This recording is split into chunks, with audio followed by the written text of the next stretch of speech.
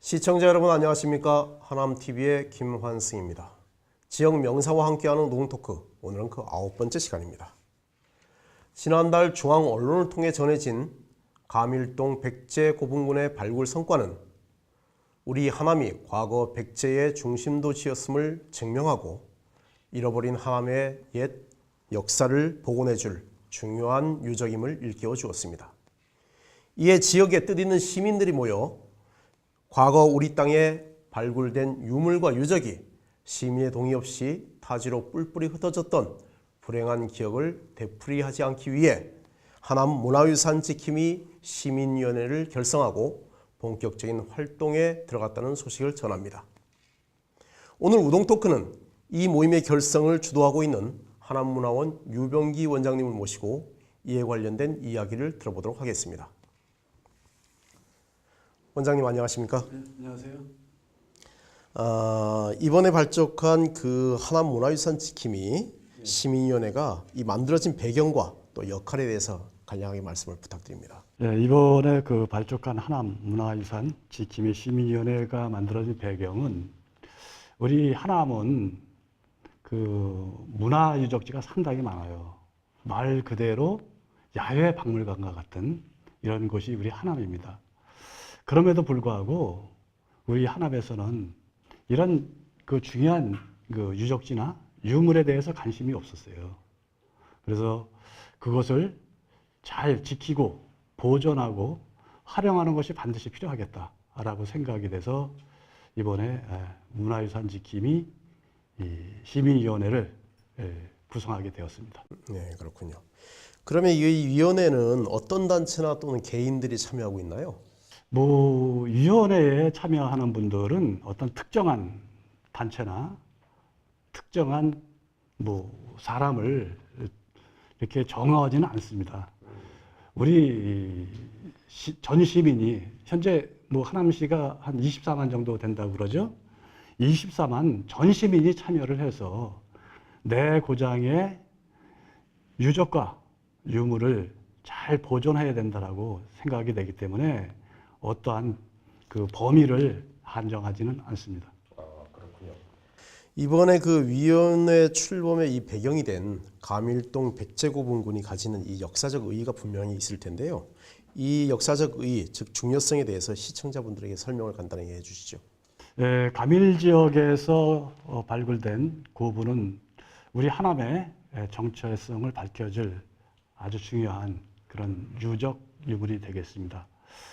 왜 그러냐면 그동안 우리 하남은 문헌사 쪽으로는 상당히 많은 그 백제 중심지였다라는 이런 역사서에 기록이 돼 있는데 안타깝게도 이제 고고학적 발굴이 부족하다 보니까는 우리 하남이 백제 중심이라는 실증을 하는데 어려움이 있었습니다.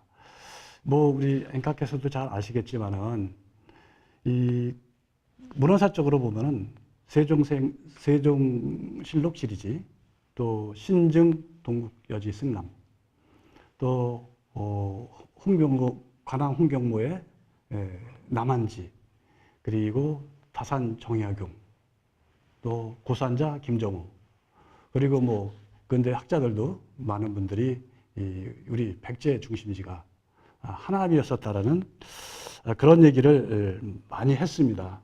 그럼에도 불구하고 고고학적 발굴이 부족하다 보니까 결국은 오늘날의 환성백제 중심지는 풍납투성으로 비정되기에 이르렀고, 거기에 따라서 우리 하남은 이렇다 할 만한 얘기를 할 수 없었는데 이번에 가밀 지역에서 이런 그 백제 시대의 고분이 나온 겁니다. 이 고분에 또 그 발굴 기간 보고에 의하면은 뭐 이거는 공식적으로 이제 아직 보고가 된 건 아니지만은 현재까지 이 그 발굴 기간의 얘기에 의하면은 시기가 언제냐면은 그 한성백제기 근초고왕 때, 그러니까 시기적으로 4세기 중반부터 5세기 중반, 그러니까 근초고왕, 뭐 침류왕, 아신왕, 진사왕 이때에 조성된 고분이라고 이렇게 얘기를 한다라고 하면은 뭐 잘 아시겠지만은 한성백제가 가장 강력했던 시대가 언제니까? 근초고왕 때잖아요. 근초고왕 때에 조성된 그런 이 고분이라고 하면은 우리가 가지고 있는 역사적 의미는 얼마나 큰지를 보여주는 그런 내용이 되겠습니다. 그렇군요. 이번 발굴에서 이 매우 귀한 유물이 나왔다라고 우리가 저 언론을 통해서 들었는데요. 어떤 유물이고 또 왜 중요한지 한번 설명을 해주시죠. 예, 뭐 지금 전자에 말씀드렸던 그 내용에 이제 연속해서 가는 얘기가 되겠는데, 거기서 나온 고분이 51개예요, 51개. 우리나라 매장문화재, 그러니까 백제 고분군을 발굴한 숫자가 현재까지 한 70여 개예요. 근데 우리 지금 하남 가밀 지역에서 나온 거는 51개가 나왔습니다. 그러면 70개하고 51하고 통틀어서 숫자를 본다면은 121개가 되잖아요. 그러면 51가 51가 가밀 지역에서 나왔다. 그러면은 그 비중이 얼마나 컸는지에 대한 것을 나타낼 수 있고요. 또 그 가밀 지역이 이제 법정동으로 이렇게 구분해서 세 군데에서 나왔는데, 한 군데는 이제 법정동으로 가밀동 지역에서 7기, 그리고 가미동 지역에서 35기, 그리고 참새골 지역에서 9기가 이렇게 발굴이 됐습니다. 그래서 현재 참 안타까운 일이 벌어졌어요. 어떤 일이 벌어졌냐면, 가밀동 지역에서 나온 7기하고 참새골 지역에서 나온 9기는 지금 현재 없어졌습니다. 그래서 이 점은 상당히 안타깝고 참 말로 표현할 수 없는 그런 심정이 되겠습니다. 그래서 그렇게 고분이 51개가 가밀동 지역에서 나왔고, 또 거기서 나온 유물들이 굉장히 중요한 유물들이 나왔어요. 뭐 발굴기관 얘기에 의하면 우리나라에서 최초로 나온 유물이라고 하더라고요. 그래서 개수호 청자, 이거는 이제 중국하고 우리가 왕래를 했다는 그런 얘기가 되는 거고, 그리고 부뚜막형 토기가 2점이 나왔는데, 이건 역시 백제 고분에서는 처음 나온 그런 이 유물이고요. 또 거기에다가 이제 쇠뇌라는 무기죠. 그 당시에는 최첨단 무기였을 거예요. 그 무기에 쇠뇌라는 무기가 나왔고, 또 거기서 금구슬도 나왔어요. 그 고분군에서. 그러면은 금구슬이라는 것이 그 당시에 일반 시민들이 쓸 수 있는 그런 내용들이 아니지 않습니까? 적어도 아주 최고위층의 귀족이 아니면은 사용할 수 없는 그런 유물들이 나왔다라고 봐야 되겠죠. 그러면 그 유물과 지금 말씀드린 유적, 그러니까 유구의 상태가 얼마만큼 중요하고 우리 하남의 정체성을 밝혀줄 수 있는 그런 내용이 되지 않을까 생각이 됩니다. 이번에 발굴된 유물과 유적의 이 공사 주체죠, LH. 이 LH의 입장은 어떤 것인가요? LH의 입장은 좀 전에 말씀을 드렸잖아요. 가밀 지역, 가밀동 지역의 7기는 없애고, 그리고 또 참새골 지역도 없었어요. 그래 없애서 이제 제가 관계자한테 한번 물어봤더니 일부는 이제 기록 보존하고 나머지는 이제 다시 원형을 갖다 복원해서 전시를 할 계획이라고 이렇게 얘기를 하고 있습니다. 그래서 거기에서 지금 원형을 보존할 거는 지금 다른 곳에다가 그대로 떠서 갖다 놓고 나중에 이제 여기 가밀 지역이 정리가 되면 다시 가져다가 이제 복원을 해서 전시를 할 거라고 이렇게 얘기를 하더군요. 그런데 거기에 지금 없어진 그 부분에 아까 말씀드렸던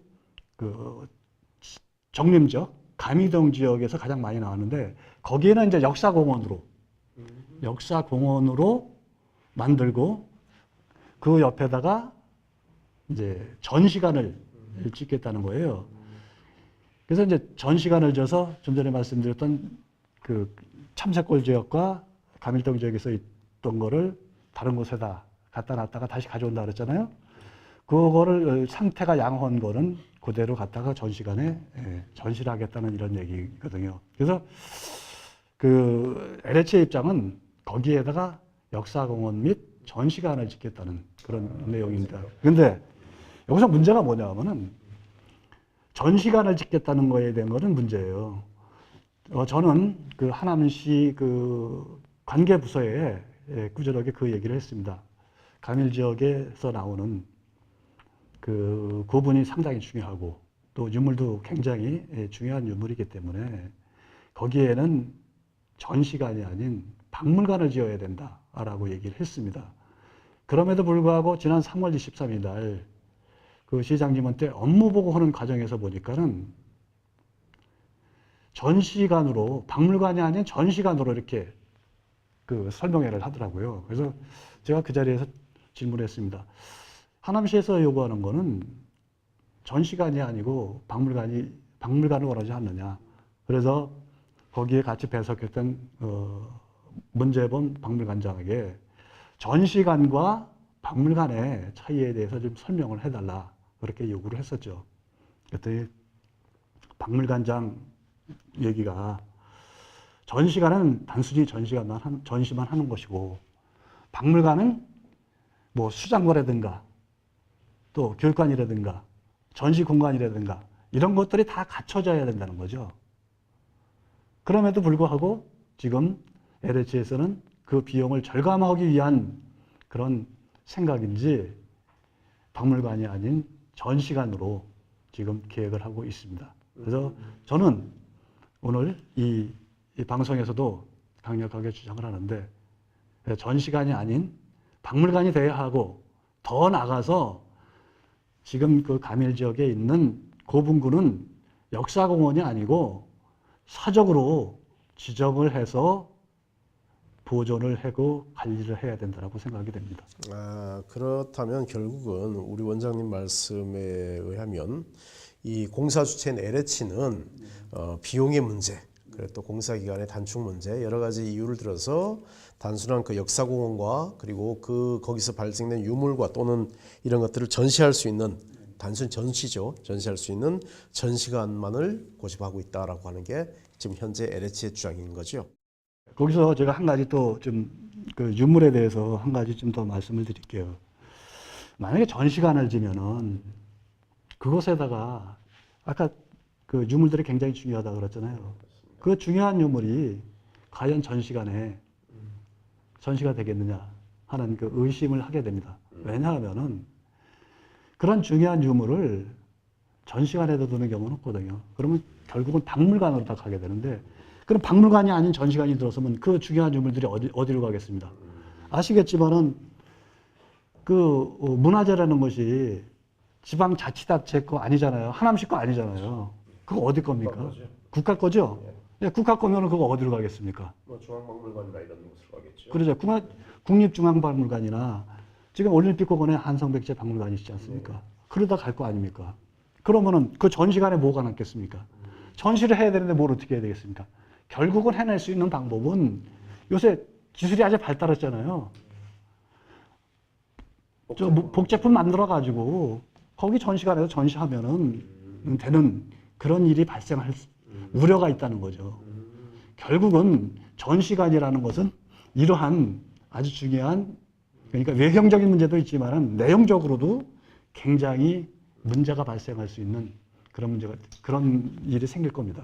그럼 또다시 이제 시민들의 의견과는 달리 우리의 땅에서 난 유물과 유적들이 우리 손으로 떠나게 되는 그런 결과가 나오겠군요. 네, 그렇죠. 네. 자, 그럼 유물과 유적은 요 정도로 하고요. 그 현재 이 한성백제라고 불리는 초기 백제죠. 그 중심부인 이 위례성의 위치가 이 논란이 되는 이유가 무엇입니까? 뭐 아까 좀 전에도 말씀드렸지만 문헌사 쪽으로는 우리 하남이 백제의 중심지였다는 거는 여러 곳에서 확인할 수가 있었고 제가 아까 좀 전에 설명을 드렸잖아요. 그리고 이제 보면은 지정학적 그러다 볼 적에도 지금 풍납토성의 위치가 어떻게 돼 있습니까? 강변에 있죠. 강변에 있죠.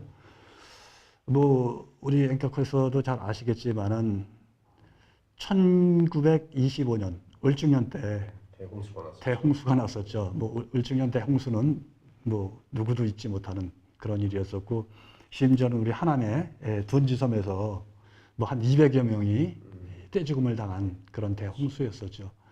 그리고 또 최근에는 1984년인가요? 그렇죠. 84년. 예, 84년에 풍납동 풍납동 일대 저기 지금으로 얘기하면 체육대학이 있는 데죠. 예, 예, 둔천동 거기까지 그때 물이 들었었죠.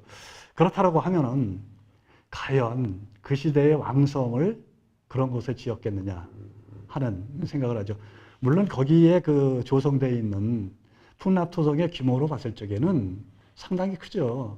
그거를 판축기법으로 해서 그렇게 토성을 조성할 수 있다는 것은 많은 인력과 권력이 없으면 그런 거를 지을 수는 없습니다. 하지만 토성이 지금 풍납토성만 있는 게 아니잖아요. 그렇죠. 다른 데도 풍납토성이 우리나라에 있습니다. 그렇다라고 하면은 풍납토성을 백제의 중심지다라고 하는 것은 이런 지정학적인 측면에서 좀 문제가 있다라고 보고요. 그리고 두 번째는 건축학적 측면에서의 문제적입니다. 건축학적인 문제에서는 뭐냐면은 사실 왕성이 있었으면은 왕성에 버금가는 어떤 궁궐이 있어야 될 거 아닙니까? 그래서 지금 그 풍납토성에서 주장하는 그런 건축학적인 얘기는 뭐냐면 건물을 지을 때 군립식으로 다 지었다고 얘기를 하거든요. 뭐 아시겠지만 군립식은 땅에다가 기둥을 박고 짓는 집이잖아요. 근데 우리나라 지금 옛날 조선시대 뭐 이전에 건축물들을 보면 가구식이잖아요. 주춧돌을 놓고 그 위에다가 기둥을 세우고 지붕을 얻는 이런 이 가구식 형태의 집을 지었는데, 그렇다고 하면 왕성인 곳에 그 시기적으로 건축학적으로 볼 적에 시대가 뒤떨어지는 게 올라가는 거죠, 역으로. 예? 군립식 건축을 했다는 것만 건축의 왕성이었다는 것은 좀 무슨 때에 있지 않느냐. 이거는 뭐 제 얘기가 아니고 건축학을 한 분들이 그렇게 지적을 하고 있고요. 더 나아가서 그 한성백제 시기와 비슷한 시기에 고구려의 국내성을 보면은 국내성 한도성에 어떻게 되어 있습니까? 거기는 다 건축물들이 가구식이잖아요. 주춧돌을 넣고 그 위에다가 알집을 졌어요. 그러면 세력이 고구려와 비교했을 때 결코 뒤지지 않는 그런 시대를 지녔던 백제에서 그런 그 집 짓는 기술에 대한 것들을 그때 갖고 있지 않았을까요? 충분히 가지고 있었을 것이라고 보는 것이 건축학자들의 얘기입니다. 아시겠지만 국내성이나 한도선성에 가면은 그 주춧들이 아주 널려 있잖아요. 널려 있어요. 그러면 풍납토성도 그렇게 왕성이었다면 그런 주춧돌이 널려 있어야 되잖아요. 근데 주춧돌이라고 뭐 이상한 거 갖다 놓고 거기서 나온 거라고 이렇게 얘기를 하고 있기 때문에 이런 맥락에서 볼 적에 풍납토성에 대한 그 풍납토성이 백제의 왕성이었다라는 거에 대한 비정이 결코 좀 모자라는 부분이 좀 많지 않느냐 이렇게 생각이 됩니다.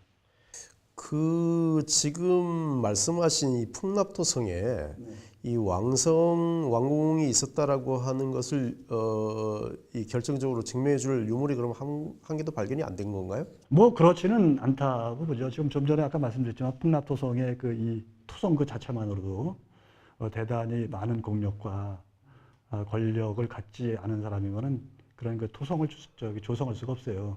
그러니까 뭐 토성의 규모로 봤을 적에는 상당히 크기 때문에 뭐 그거를 갖다가 우리가 부정할 수 없고, 또 거기서 나온 유물도 그 최고위층에서나 쓸 수 있는 그런 유물들이 상당히 나왔습니다. 그렇다라고 하면은 그 풍납토성도 백제 시대에 중요한 역할을 했던 곳임에는 틀림이 없다라고 보는데, 다만 전자에 말씀드렸던 내용처럼 가장 지정학적 측면에서 보나 건축학적 측면에서 볼 때 그것이 합당한지에 대한 것들을 문제시하지 않을 수 없는 것이죠. 자, 그러면 이제 그 현재까지 우리의 손으로 밝혀진 121기의 그 백제 무덤이죠. 여기 중에 51기가 이제 특정한 지역에서 나왔지 않습니까? 그러면 이게 그 역사를 다시 그 재건하는데 상당히 중요한 유적이고 또 유물임에도 분명하죠. 그런데 이 그 유목과 유적에 대한 그 처분권이 어디에 있는 겁니까, 정확히? 지금 뭐 좀 전에 아까 우리 뭐 대화를 통해서 얘기했지 않습니까? 그 유물 같은 경우에는 우리 거 아니잖아요. 예, 예, 국가에서 하기 때문에 국가에서 지금 얘기한 대로 뭐 국립중앙박물관이나 뭐 한성백제 박물관으로다가 보내게 되면은 결국 그곳에서 그 유물을 보존 또 전시하는 그런 일이 생기게 되는 거죠. 그럼 구체적인 그 주무부서는 문화재청이 되겠군요. 예, 그렇죠. 뭐 그 LH에서 어디든지 그렇잖아요. LH에서 공사를 하면은 제일 먼저 그 공사하는 지역에 들어가는 팀이 문화재 발굴 팀이잖아요. 문화재 발굴이 들어가서 시굴 조사하고 시굴 조사를 해서 시굴 조사를 해보고 나서 거기에서 뭐 중요 유물이 나오면은 발굴을 하고 그리고 발굴해서 나오면은 그거는 이제 국가 소유가 되고 국가에서 이제 그 예, 전시를 하고 뭐 이제 보관을 하는 그런 과정들을 갖게 되겠죠. 자, 그렇다면 이 앞으로의 그 위원회 활동 계획은 어떤 것이 있습니까?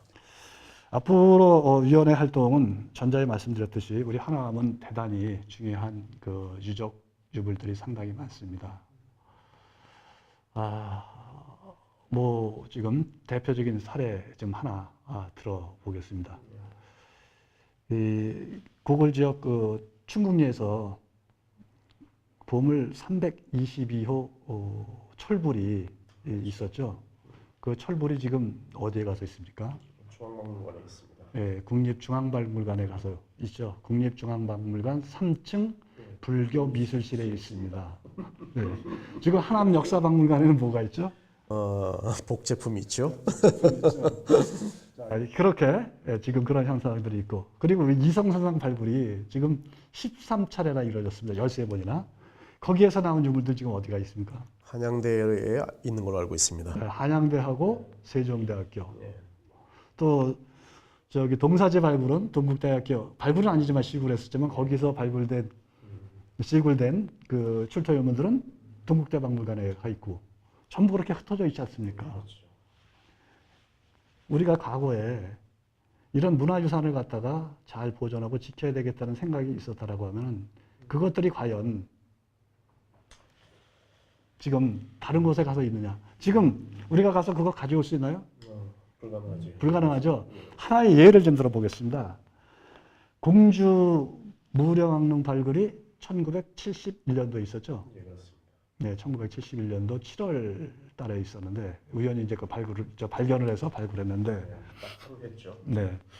그 당시에 그 무령왕릉 발굴을 하고 난 다음에 공주 시민들이 그 소식을 접하고 아주 굉장히 뭐 흥분을 하고 아주 뭐 좀 이렇게 난리를 쳤던 그런 일이 있죠. 뭐냐? 무령왕릉에서 나온 유물들을 당시에 공주에는 박물관이 있었지만 목조 건물로 아주 형편이 없었어요.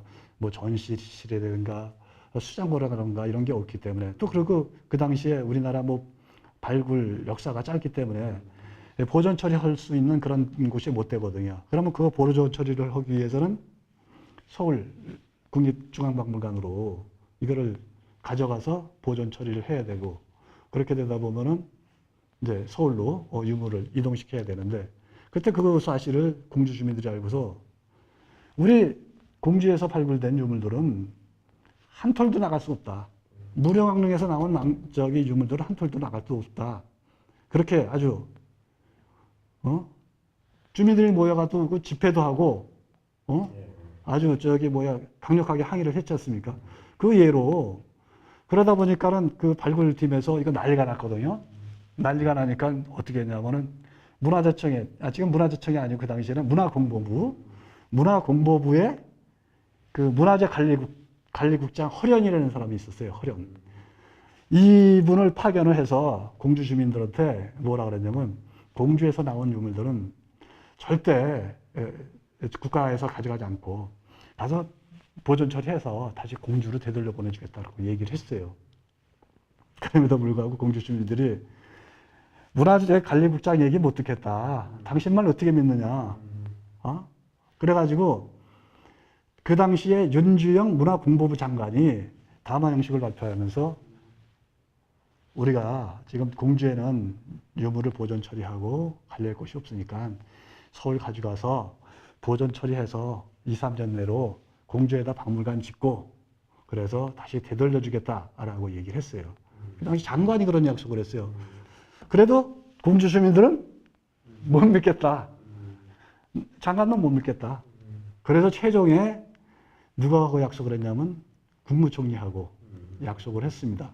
그 당시에 국무총리가 누구냐면은 김종필 씨가 국무총리였었어요.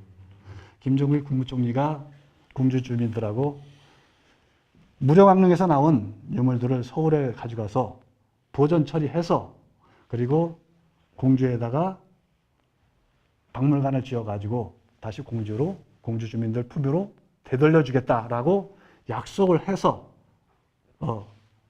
그 공주 무령왕릉에서 발굴된 유물들은 오늘날 그대로 공주에서 보관되고 전시가 되고 있는 겁니다. 그렇다고 하면은 전 서두에 말씀드렸지만 하나만 지금 여태까지 그런 건 없었잖아요. 네, 그렇죠. 그러면 또 가밀 지역에서 나온 유물들 지금 어떻게 될지 모르지 않습니까? 어떻게 될지 몰라요. 그러면 우리가 시민들이 나서서 공주의 사례를 보듯이 이거를 지키고 보존해 나가지 않으면 안 됩니다. 그래서 그런 거를 우리가 하고 또 문화재, 또 문화유적을 가지고 활용을 해서 널리 지역의 이미지를 날리는 그런 역할도 해야 되고 해야 될 일이 너무 많아요.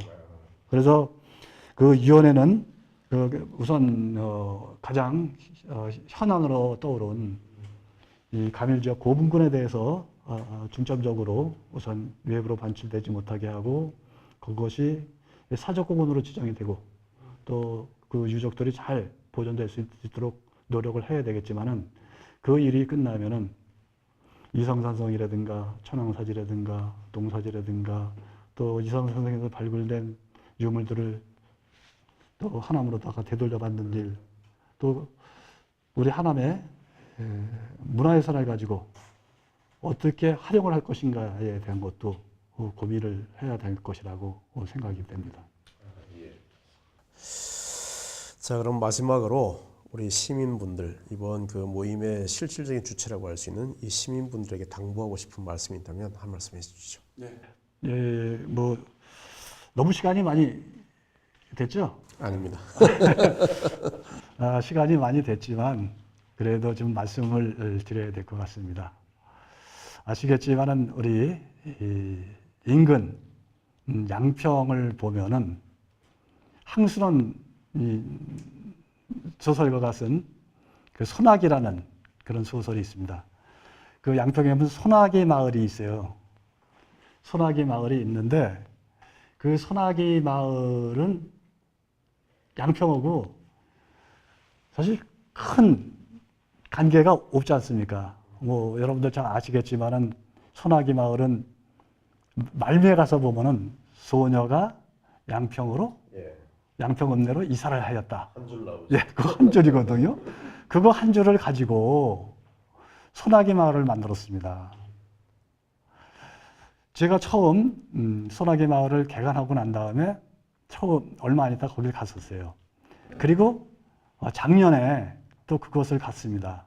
제가 그곳을 가서 보고 깜짝 놀란 일이 있습니다. 뭘 보고 놀랐느냐? 우리 그 항순원 선생의 유택, 산소를 소나기 마을 내로다 옮겼어요. 소나기 마을 마을로. 그 항순원 선생의 유택이 어디 있었냐면은 천안에 있었다고 합니다. 천안에 있었던 거를 소나기 마을로 옮긴 게 2009년도라고 합니다. 예? 그러면은 황순원 선생이 소나기 마을이 양평에 있고 그분의 유택이 양평에 있고 그러면은 황순원 선생은 어디 사람이 되는 겁니까? 그분이 원래는 이북에서 월남하신 분이잖아요. 그럼 어디 분이 되는 거예요? 양평분 되는 거지 않습니까? 결국 문화라는 것은 우리가 어떻게 만들어 나가느냐에 따라서 이렇게 달라질 수 있는 거기 때문에 시민 여러분들께서도 우리가 하나님의 문화를 어떻게 지키고 보존하고 활용할 건지에 대해서 다 같이 고민을 하고 이번 하남 문화유산 지킴이에 다 같이 참여를 하셔서 우리가 꿈꾸는 품격 있는 문화도시가 될 수 있도록 힘을 모아주실 것을 부탁드립니다. 네, 말씀 감사합니다. 고맙습니다. 네, 고맙습니다. 한 작가는 우리는 전 국토가 박물관이라고 발표했습니다. 그만큼 우리가 살고 있는 곳곳에 조상들이 남겨준 흔적들이 산재해 있다는 뜻일 것입니다. 우리 하남도 우리 조상들이 살아오며 부대끼며 남겨준 흔적들이 곳곳에 남아 있습니다. 그러나 우리 스스로가 지역의 문화유산에 대한 관심과 애정을 실천하지 않는다면 우리 역사와 지역 문화는 타인에 의해 얼마든지 왜곡될 수 있다고 하는 것이 과거에 우리가 겪었던 일입니다. 시민 여러분들이 우리 문화와 역사에 대한 관심을 높이고 애정을 갖춰줄 것을 감히 부탁드립니다. 고맙습니다.